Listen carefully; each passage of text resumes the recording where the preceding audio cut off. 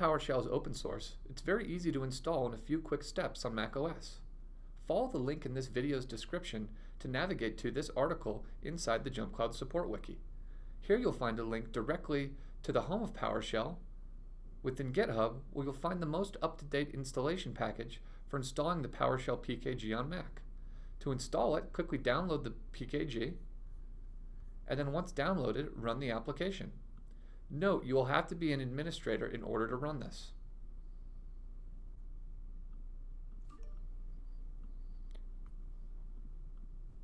After successfully installing the PKG on your machine, you'll be able to access PowerShell through the terminal.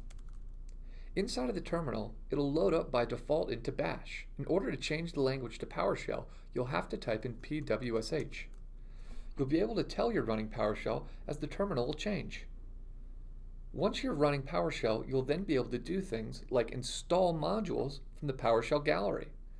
To install the JumpCloud module, navigate back to this article from within the JumpCloud support wiki.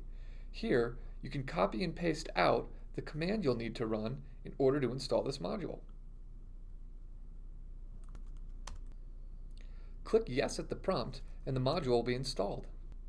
You can discover the commands in the module by following the documentation a little further down and copying out this command. This will show you all commands available within the JumpCloud module. Congrats! In less than 2 minutes, you've installed PowerShell on your Mac and the JumpCloud PowerShell module. Thanks for watching. Check out more videos in the JumpCloud module PowerShell Day-to-Day Administration series.